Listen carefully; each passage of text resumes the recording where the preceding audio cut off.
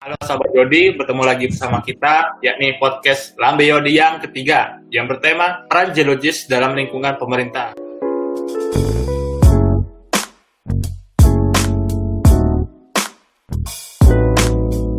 Sebelumnya, perkenalkan nama saya Dwi Cahyo Bawono dan partner saya Rizky Eko Prasetyo, yang akan membawa podcast seru kita kali ini dengan kedatangan narasumber fenomenal kita dari Dinas PUPR Kabupaten Kepulauan Meranti, yakni Bang Eka Fajar. Gimana Bang Eka Fajar, sudah terhubung belum?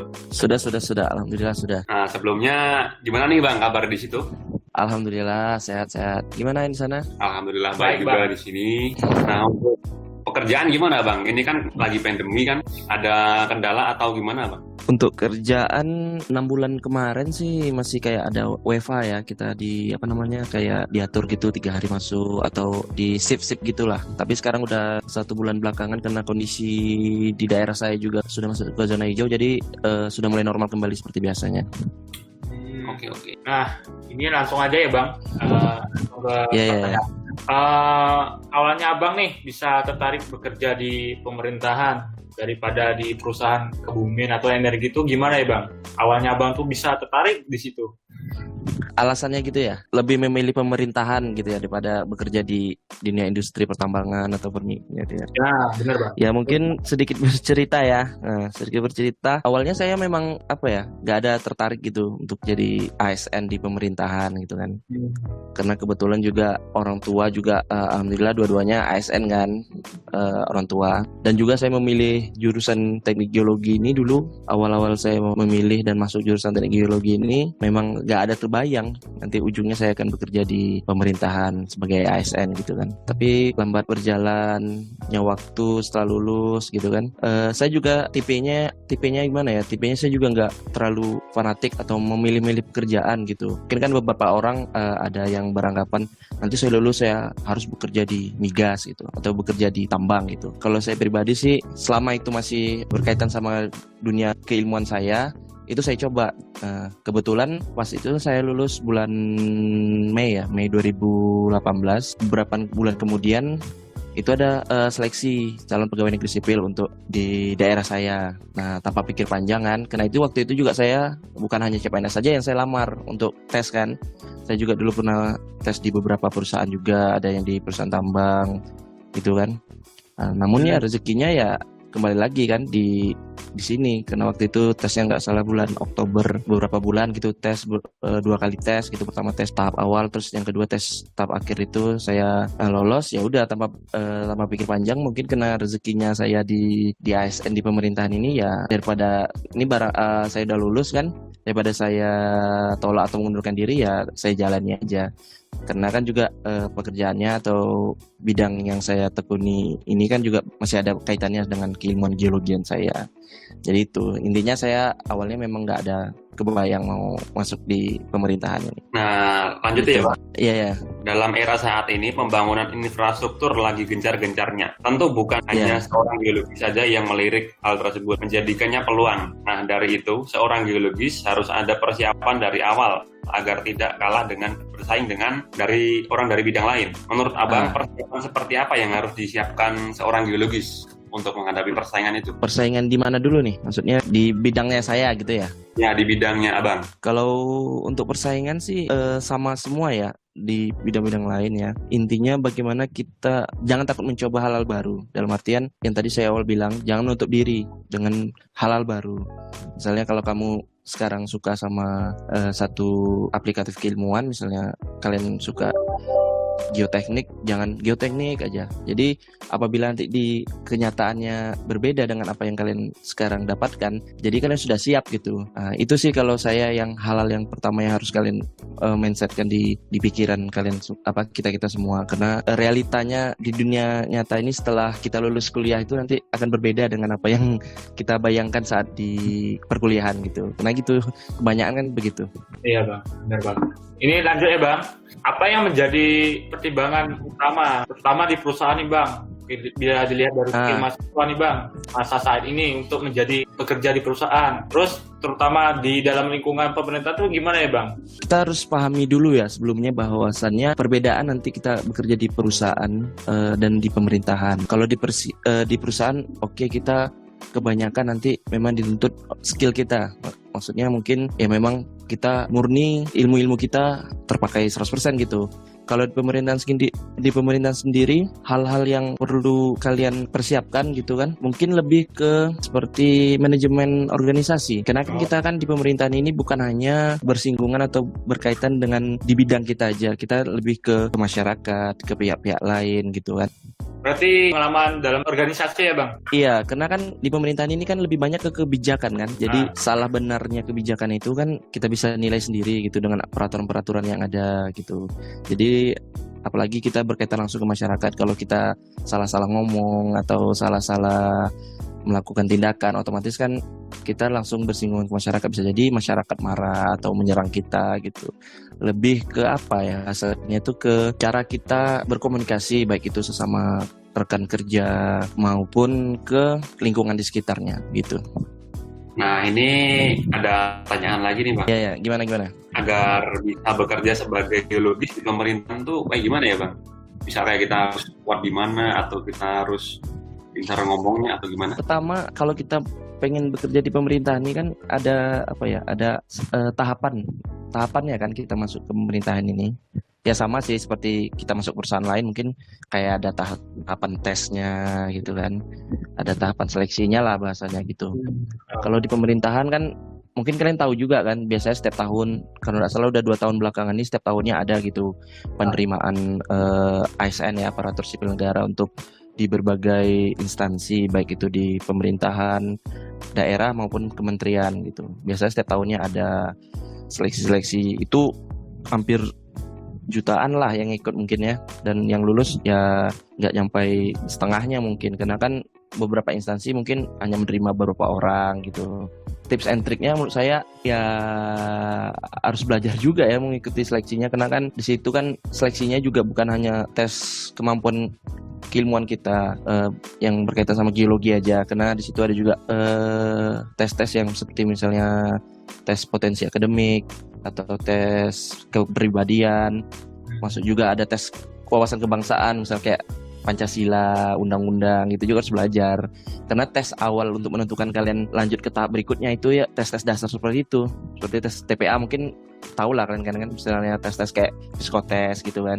Terus ada juga tentang kepribadian kita, bagaimana nantinya kalau kita bekerja di pemerintahan tuh apa yang dilakukan gitu-gitu. Jadi lebih ke itu. Setelah melewati tahap ini, baru nanti kita dites secara keilmuannya. Tergantung dengan apa yang kalian ambil. Misalnya kalau kalian daftarnya, kalau saya kan kemarin daftarnya di Dinas PUPR Kabupaten Kepulauan Meranti, berarti kan berkaitan sama PUPR, kita tahu kan infrastruktur. Berarti kan soal-soalnya nanti ya berkaitan sama soal-soal kegeologian yang berkaitan sama infrastruktur gitu.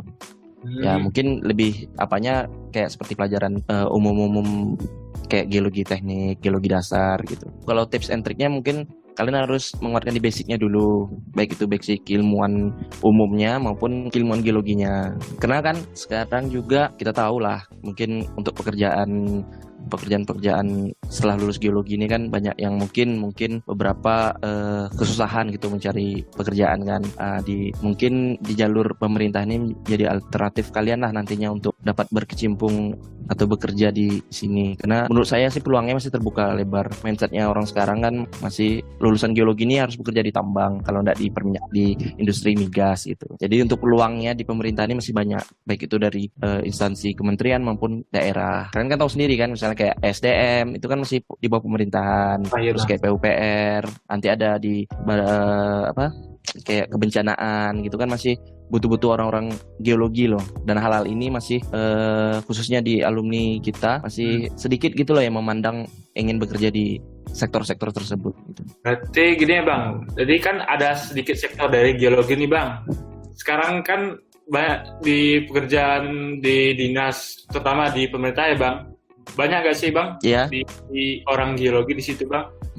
Kalau lumayan. Oh, untuk geologi. Kalau mereka di pemerintahan itu lumayan rata-rata banyak di sana, itu alasannya kenapa ya Bang? Oh iya, saya ngambil skopnya di PUPR ya, PUPR gitu kan. Iya Bang. Kita tahu, kalian tahu nggak Menteri PUPR itu orang lulusan mana? Lulusan mana kok? Basicnya. Mantau kalian siapa Menteri PUPR kita siapa? Kira-kira apa? Ada yang tahu nggak? Aduh, ini lupa saya Bang, ini kemarin udah lihat. Saya itu Pak Basuki. Oh, iya. Ya memang Pak Basuki itu kan alumni kampus tetangga UGM kan, alumni teknik geologinya. Sekarang dia kan jadi Menteri PUPR kan Republik Indonesia.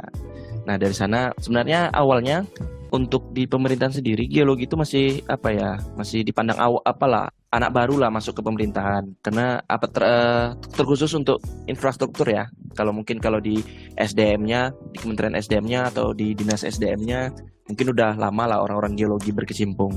Tapi kalau untuk di infrastruktur, saya kira 10 tahun belakangan ini lah baru banyak lulusan geologi yang masuk di dalamnya. Salah satunya itu Menteri PUPR kita kan, lulusan sarjana S1-nya adalah sarjana teknik geologi Pak Basuki. Nah dari situlah awal mulanya geologi itu dipandang, maksudnya melihat dari pekerjaan-pekerjaan sebelumnya yang ada di Indonesia. Kita contoh apa? Pekerjaan yang kalian rasa memerlukan orang geologi, yang ada jembatan, jalan gitu kan. Seperti misalnya seperti kasus Hambalang gitu, tahu nggak kasus Hambalang? Hambalang tahu nggak? Nah itu kan salah satu pekerjaan yang memang membutuhkan orang geologi. Karena apa? Karena ada beberapa kasus lah yang dimana di dalam pembangunan infrastruktur itu mengenyampingkan lah faktor-faktor geologinya. Seperti yang saya bilang tadi kasus Hambalang itu kan kasusnya dana dari pemerintah sudah kucur sekian triliun untuk membangun itu kan Hambalang itu kalau nggak salah komplek olahraga ya, untuk kayak sekolah atlet gitu. Tapi kan di dalam perjalanannya setelah membangun sekian triliun, tapi sebelum jadi lokasinya malah tidak sesuai dengan terjadi longsor, bangunannya malah hancur akibat longsor. Itu kan akibat dari saat membangun infrastruktur tersebut kurang memperhatikan aspek-aspek dari geologinya gitu. Banyak lagi kasus-kasus lain gitu loh yang menyampingkan kondisi geologi daerah tersebut. Jadi semenjak itu banyaklah orang geologi kayak bahasanya ya, soap gitu loh, untuk wajar aja membangun infrastruktur itu karena kondisi geologinya begini gitu. Jadi ya semenjak itu baru geologi banyak dilirik lah untuk masuk ke dalam sektor-sektor pemerintahan, khususnya untuk sektor-sektor infrastruktur gitu. Karena memang sangat berkaitan sekali gitu pembangunan infrastruktur kan dengan kondisi geologinya gitu. Kalau dibilang banyaknya sih lumayan banyak sih ya. Kita lihat aja kalau setahu saya yang untuk di pemerintahan aja, di luar perusahaan ya, untuk di pemerintahan aja itu alumni kita banyak, khususnya di PU. Setahu saya ada namanya Bang Edwin 2012, itu dia memang spesifikasinya jalan dan jembatan di PU Kementerian PUPR kalau tidak salah di Bengkulu. Nah dia itu juga lulus sama tahun saya. Dia juga bagian, malah spesifiknya dia di jalan jembatan. Kalau saya kan spesifiknya di infrastruktur sumber daya air gitu. Banyak sih. Jadi bisa jadi prospek atau tujuan kalian lah nantinya, kalau kalian memang nanti di industri migas atau tambang mandek gitu, kalian bisa beralih lah ke pemerintahan gitu. Tapi memang beda ya maksudnya skop pekerjaannya itu sangat beda gitu. Kalau kita di perusahaan mungkin kita lebih ke praktisi gitu kan. Kalau di pemerintahan kita lebih ke birokrasinya begitu. Memang tetap ada kaitannya dengan hal-hal teknis gitu. Tapi tidak sebanyak kalau kita bekerja di swasta atau di perusahaan. Selama ini tuh pekerjaan yang udah dilakuin seberapa sering Bang kegiatan lapangan tuh? Kalau saya kan di PUPR sendiri kan itu ada beberapa beberapa bidang gitu kan. Misalnya kayak ada namanya Bina Marga, itu berkaitan sama jalan jembatan. Ada yang perumahan pemukiman yang berkaitan sama perumahan dengan pemukiman itu. Terus ada yang di bidang sumber daya air, yang saya sendiri itu berkaitan dengan, ya mungkin kalau simpelnya pekerjaannya ya, kalau pekerjaan yang besar-besar seperti kayak bendungan, infrastruktur yang berkaitan sama air lah, irigasi atau tanggul pantai, atau abrasi gitu kan, apalagi turap, tanggul gitulah.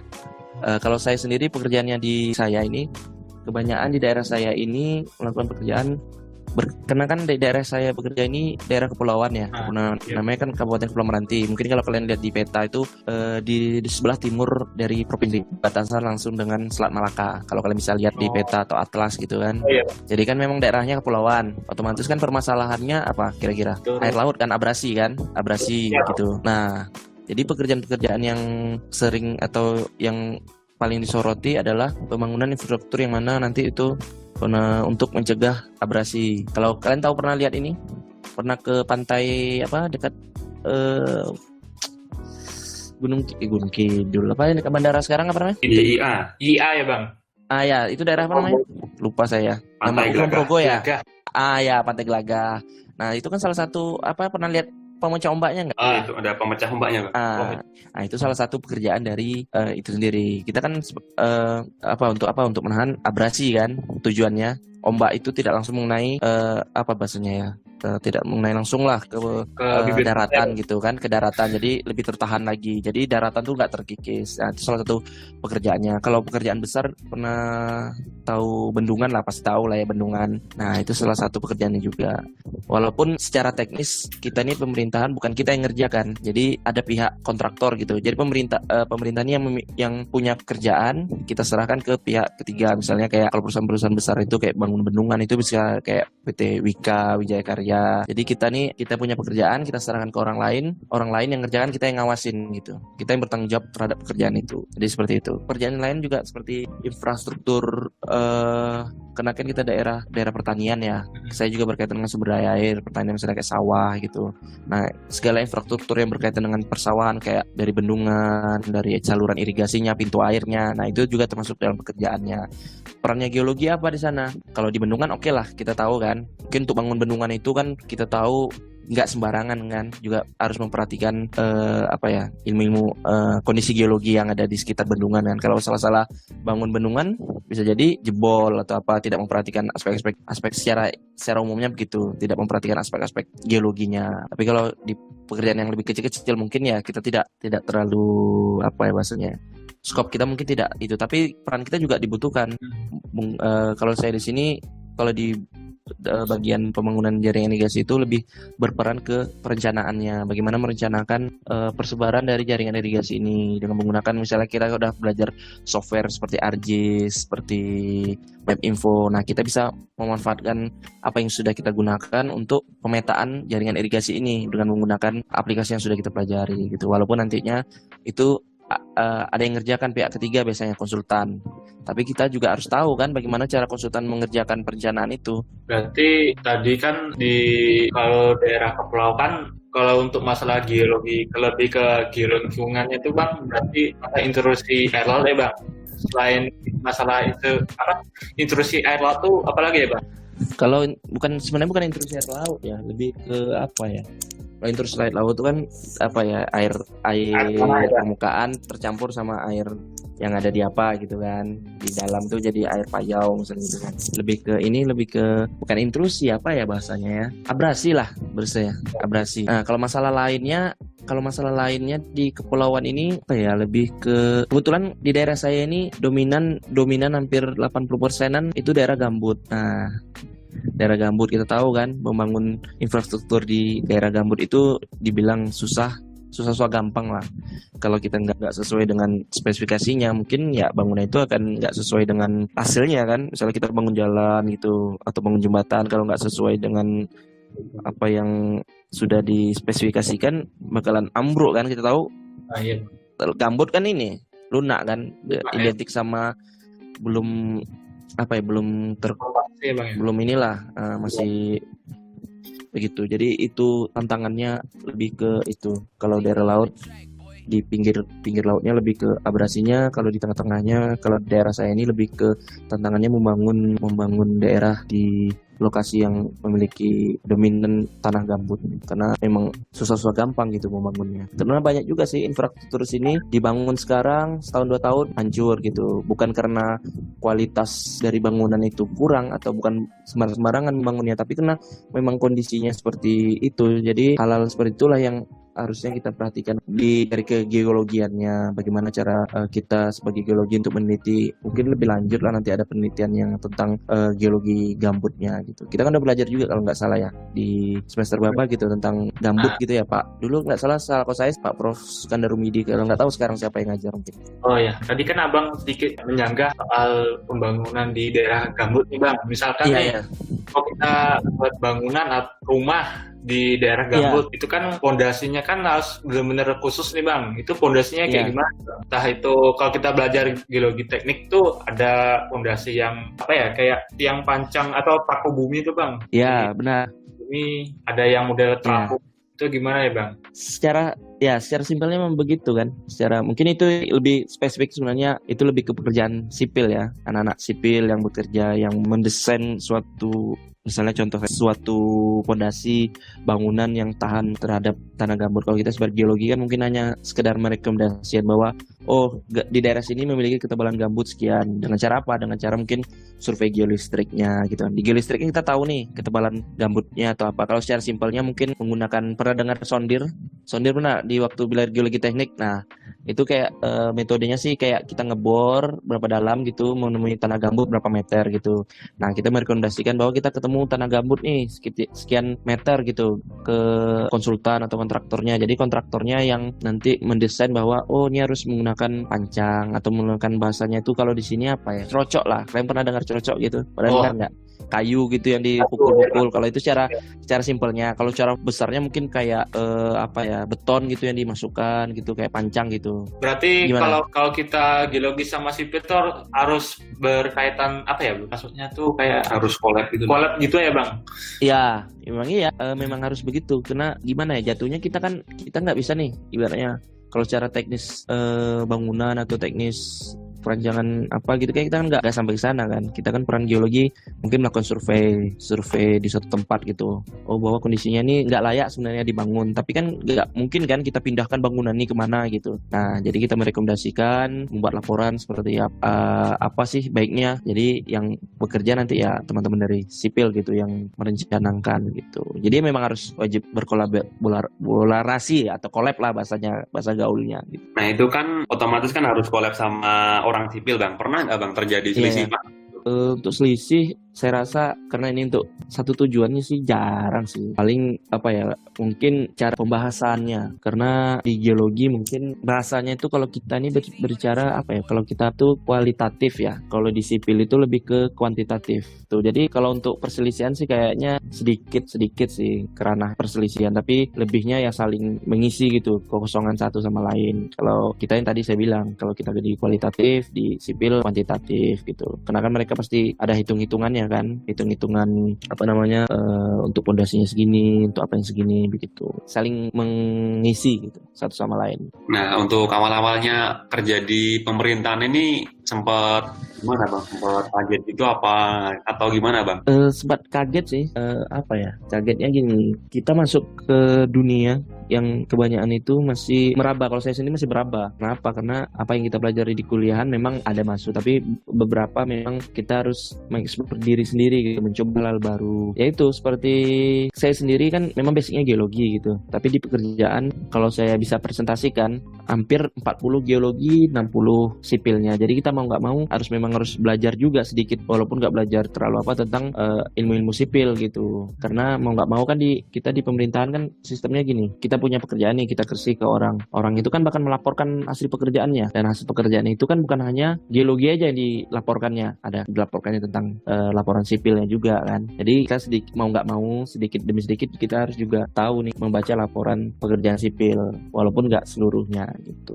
Begitu sih kalau aku. Memang awalnya terkejut nih, ini apa ini hitung-hitungannya bagaimana, tapi lambat laun dengan mungkin kita bertanya ke atasan kita atau rekan-rekan sejawat kita gitu kan, ini gimana nih Bang, ini nih, gini dengan ahlinya lah. Kalau misalnya pekerjaan sipil ya kita tanya ke orang sipil gitu. Ada orang pekerjaan tentang yang di bidang planologi gitu kan, tentang kawasannya, kita ya diskusinya tentang orang kawasan, karena kan kita membangun ini kan juga harus memperhatikan kawasannya kan, apakah kawasan ini boleh nggak secara aturan. Kita kan di pemerintahan juga harus sesuai aturan juga kan. Misalnya ini daerah ini nggak boleh nih dibangun jalan nih, karena daerah ini mungkin hutan lindung atau kawasan yang diperuntukkan untuk hutan gitu, tapi kita di situ itu ada pekerjaan kita, tapi setelah kita konsultasi ke tata ruangnya ya nggak layak, ya udah kita nggak usah bangun di sana karena itu memang menyalahi aturannya, karena ada aturan kan seperti undang-undangnya atau peraturan daerahnya yang mengatur bahwa daerah situ nggak bisa dibangun gitu. Oke, kita lanjut ini Bang. Bang ini udah banyak cerita nih Bang, dari pengalaman kerja Bang di Iya. awal perintah sampai udah bekerja sampai sekarang nih Bang. Nah, untuk suka dan duka bekerja di dinas PUPR ini gimana nih Bang? Suka dukanya banyak sih menurut saya. Sesuka dukanya mungkin kita kan pemerintah nih, pemerintahan kan. Otomatis kan yang saya bilang di awal pekerjaannya kan lebih ke masyarakat misalnya gitu. Jadi apapun yang kita kerjakan di lapangan, baik buruknya, itu pasti dinilai oleh masyarakat kan. Dinilai oleh masyarakat langsung gitu. Jadi jangan sampai pekerjaan yang sudah kita lakukan ini dinilai jelek. Memang setiap pekerjaan nggak ada yang sempurna pastinya, ya kan. Misalnya kita bangun jembatan jalan, pasti ada kurangnya. Misalnya, oh ini kok jalannya baru 2 bulan kok udah ambles gitu. Kan bukan maunya kita ambles nih, kondisi alamnya seperti itu. Tapi kan masyarakat taunya, oh pemerintah nih, wah ini jangan-jangan ada dalam tanda kutip ada korupsinya nih, gitu kan. Iya Bang, sering Kedukanya begitu. Jadi kita apa ya bahasanya ya, sering ya memang itu sih risikonya kan kita di pemerintah nih mungkin dikritik terutama oleh masyarakat gitu. Walaupun yang bekerja kan bukan kita. Maksudnya kita kan menyerahkan pekerjaan ke pihak ketiga misalnya kayak kontraktornya gitu. Tapi yang tetap kena walaupun kontraktornya lalai mengerjakannya, tapi yang tetap kena kan kita. Kita pemerintah misalnya menjalan gitu kan tetap kita yang kena gitu. Masyarakat pasti komplainnya ke kita kan, ke pemerintahan kan. Bisa langsung viral atau masuk ke apalah. Sekarang apalagi zaman media sosial kan gampang kan info-info itu cepat. Ya jadi dukanya seperti itu sih. Sebenarnya kita udah bangun bagus-bagus tapi karena kondisi hal-hal tertentu yang menyebabkan pekerjaan itu ya sedikit cacat. Jadi kita kesannya itu di masyarakat ya wah ini sedikit ada korupsi. Pemerintah kan masyarakat kan nilainya seperti itu kan. Padahal kondisinya tidak seperti itu. Kalau dukanya sih sukanya kalau saya sih lebih ke ini. Maksudnya lebih ke kita nih lebih ke pemberdayaan lebih masuk apa yang kita bangun ini senang gitu loh kalau bisa dirasakan oleh masyarakat langsung. Nah, jadi bermanfaat lah setidaknya gitu untuk masyarakat sekitar. Misalnya yang ini belum ada jalan dulunya tapi sekarang karena ada anggaran pemerintahan untuk membangun ini jadi masyarakat sekitar aksesnya jadi lebih gampang gitu. Sukanya gitu sih jadi masyarakat lebih terbantu lah untuk akses mereka gitu. Duka yang tadi gitu. Dukanya juga kita di pemerintah ini juga lebih sering berurusan sama penegak hukum ya. Bisa jadi kita awalnya tidak melakukan kesalahan tapi setelah diusut ada celah untuk melakukan diusut untuk kita salah gitu. Memang manusia kan nggak ada yang sempurna tapi kan terkadang kesalahan kecil bisa jadi kita di penjara atau di apa gitu. Makanya kita harus berhati-hati sekali terutama di pemerintahan ini kan karena banyak aspek yang yang mengawasi gitu, bukan dari masyarakat, bisa dari aparat penegak hukum kayak polisi, kejaksaan bisa memantau kita, belum lagi dari wartawan gitu kan. Jadi kita memang risikonya ya itu bisa jadi kita kalau ada kesalahan sedikit aja bisa langsung ya mendekam lah di jeruji besi gitu. Itu sih risikonya. Lukanya juga bisa seperti itu. Oh jadi ada kepuasan sendiri gitu Bang kalau misal Iya. project dirasakan sama orang banyak itu ada kepuasan gitu ya Bang? Iya, iyalah otomatis kan. Apalagi kita bangun daerah sendiri. Saya kan orang Riau, memang bangun daerah Riau memang bukan di daerah tempat tinggal saya. Saya kan tinggal di Pekanbaru gitu. Ini kan di Kepulauan Meranti sekitar 4 jam lah dari Pekanbaru menggunakan jalan transportasi laut. Karena kan sini kepulauan kan laut 4 jam. Walaupun bukan daerah tempat lahir saya atau apa, tapi kan masih di satu provinsi kan, Provinsi Riau gitu. Ya ada kebanggaan sendiri sih. Bukan daerah saya ini daerah yang awalnya belum maju gara-gara pembangunan infrastruktur jadi sedikit membantu masyarakat di sinilah. Nah, untuk motivasi hidup dari Abang nih Bang. Nah, motivasi Abang itu apa Bang? Siapa tahu kita yang denger ini kan jadi ikut bangkit gitu kan. Iya, motivasi ya. Kalau aku di awal lulus setelah kuliah itu motivasiku awalnya aku ingin bekerja untuk bermanfaat gitu. Maksudnya tidak hanya melulu semata-mata. Memang uang itu memang kita perlu ya dengan bekerja ya. Tapi selain itu kan kita harus ada juga timbal baliknya terhadap masyarakat. Sudah ibaratnya kan kami di pemerintahan ini kan digaji dari uangnya rakyat ya. Dari pajak, dari apa gitu, pendapatan daerah, pendapatan negara gitu kan. Tidak semata-mata kita bekerja ini bukan hanya untuk mencari uang, mencari apa, tapi juga semata-mata juga ya ibadah lah bahasanya gitu ke lingkungan di sekitarnya kita. Kalau aku sih itu sih. Karena kalau percuma kan banyak uang tapi kita nggak nyaman atau kerja tertekan gitu kan. Tapi kalau kita kerjanya nyaman, bermanfaat kan walaupun pendapatannya mungkin nggak sebanyak kita bekerja di dunia industri tambang atau migas, tapi kan setidaknya apa kita dapat tuh ya bahasanya berkah lah untuk hidup kita gitu.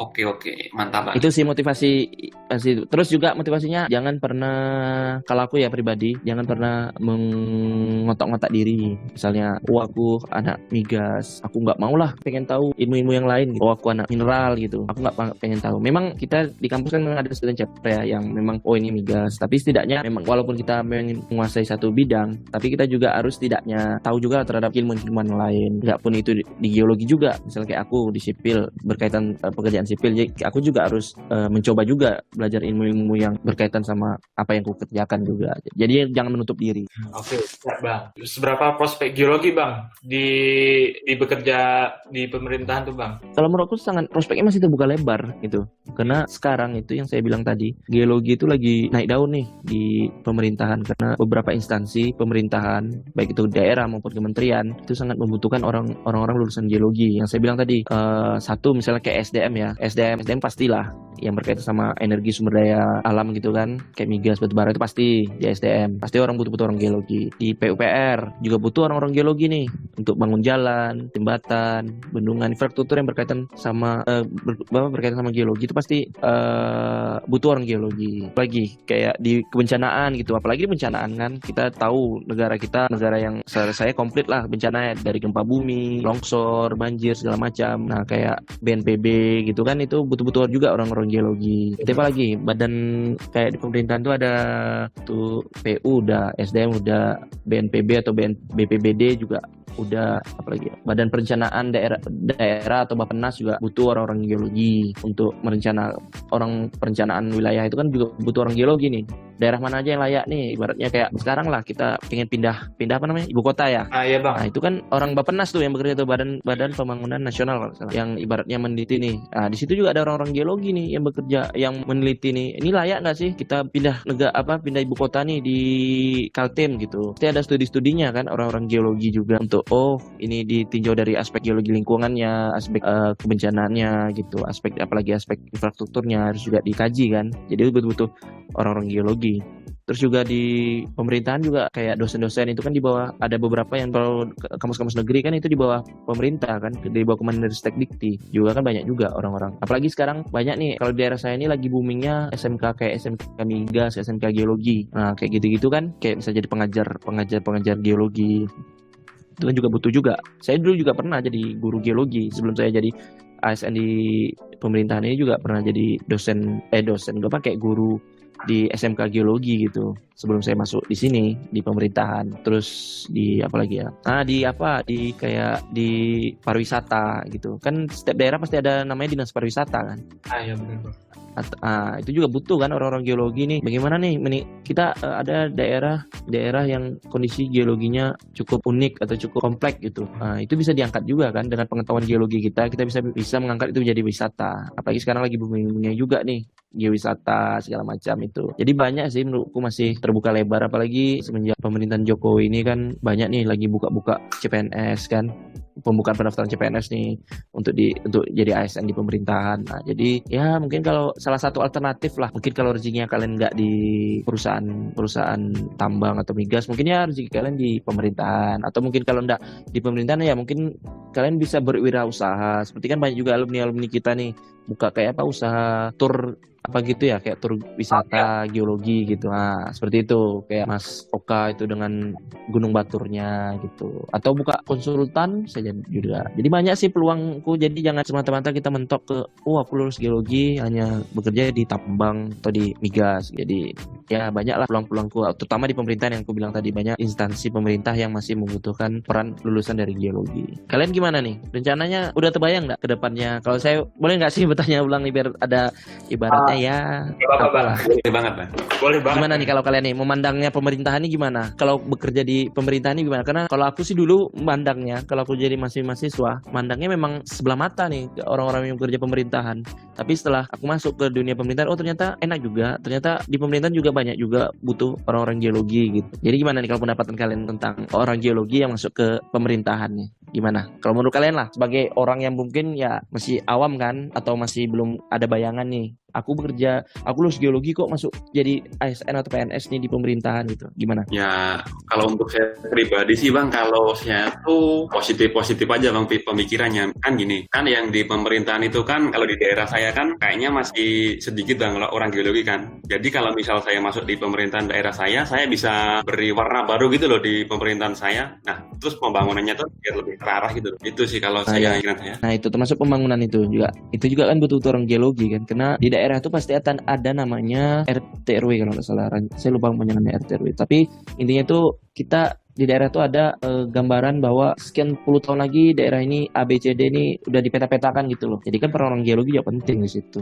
untuk menentukan ini daerah ini sebenarnya nih rawan bencana nih di sini kena apa rawan bencana mungkin longsor. Tapi karena nggak ada orang geologi mungkin daerah tersebut ya udah dijadikan pemukiman kan sebenarnya nggak boleh juga daerah rawan seperti itu jadikan pemukiman gitu. Kalau Cahyo gimana? Apa yang kontrolnya siapa namanya? Cahyo ya? Kalau saya sendiri kan saya di Kepulauan Riau. Nah, kamu orang Kepulauan Riau? Iya Bang. Kepulauan Riau. Di sana kan kalau saya lihat ya Bang, di pemerintahan tuh nggak terlalu banyak orang geologi ini Bang, terutama di wisata Bang. Makanya kalau bagi saya sendiri tuh pengennya wisata kayak geologi gitu Bang, di Pramuka gitu. Nah ya, itu juga bisa sih jadi alternatif. Sebenarnya ya mungkin kalau ya gimana?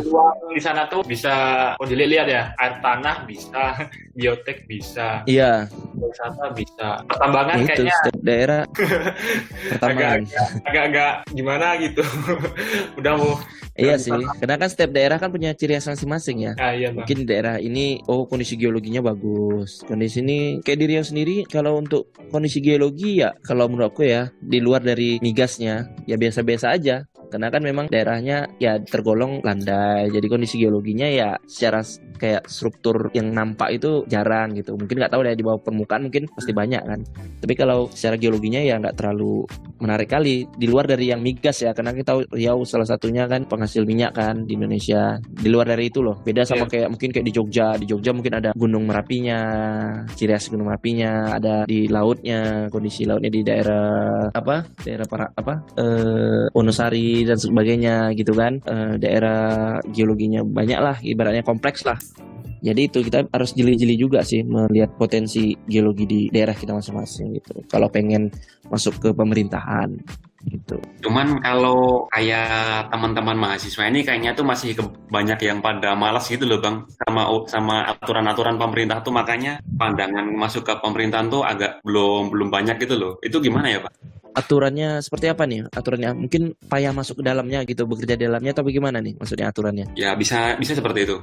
Kalau dulu sih saya nggak tahu sih, tahun-tahun dulu mungkin mindsetnya orang mungkin kalau kita dulu masuk ke pemerintahan mungkin harus kayak bayar, nyogok gitu ya. Mungkin ya dulu mindsetnya orang begitu ya. Memang saya temui beberapa kasus mungkin 20 tahun lah dulu, 30 tahun memang ada seperti itu, oknum-oknum seperti itu.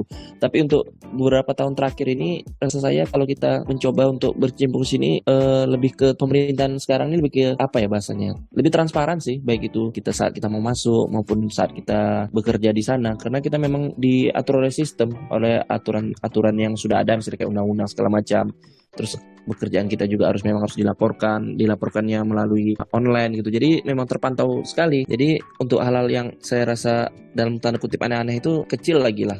Karena memang sudah ada resikonya masing-masing kan gitu. Jadi tinggal kemampuan kita aja lagi. Bagaimana caranya bisa, kalau kalian memang ada interest ke masuk ke dunia pemerintahan ya, gimana caranya bisa lolos untuk seleksinya gitu. Sama sih kayak swasta lain kan kita misalnya kayak perusahaan-perusahaan besar kan kayak perusahaan masuk Pertamina atau ya ada kan memang harus ada proses tahapan ini ya kan, seleksinya kan. Jadi ya harus memang mempersiapkan juga kita untuk ikut ini.